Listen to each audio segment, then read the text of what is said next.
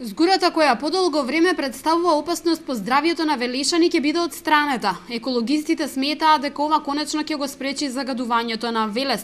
Ридот со згура деновиве доби концесионер. Скопската фирма Екоцентар 97 во следните 10 години ќе стопанисува со црниот рид. Нема веќе што се прават анализи, веќе мислам дека црната троска е најиспитуваното нешто во Република Македонија после Велешани.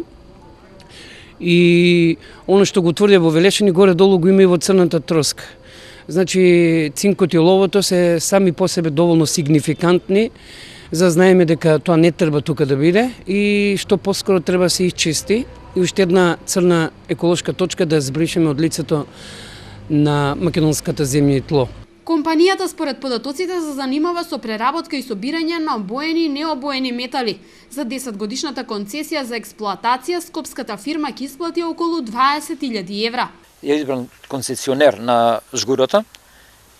Јас стапив во контакт со представниците на фирмата токму во текот на вчерашниот ден и очекувам да во текот на неколку наредни денови дојдат и го посетат нашиот град, да се договориме околу динамиката, начинот, заедно со службите од животна средина на општината, заедно со сообраќајниот инженер, што е нестојен услуг во секое време, за начинот, за транспортот, време траењето, кое време ќе се носат, како ќе се транспортира жгурата и дефинитивно очекувам да во наредниве 2-3 години тој проблем биде решен за Велес. Одлуката за издавање под концесија на ридот со згура треба да го реши долгогодишниот проблем со загадувањето на Велес.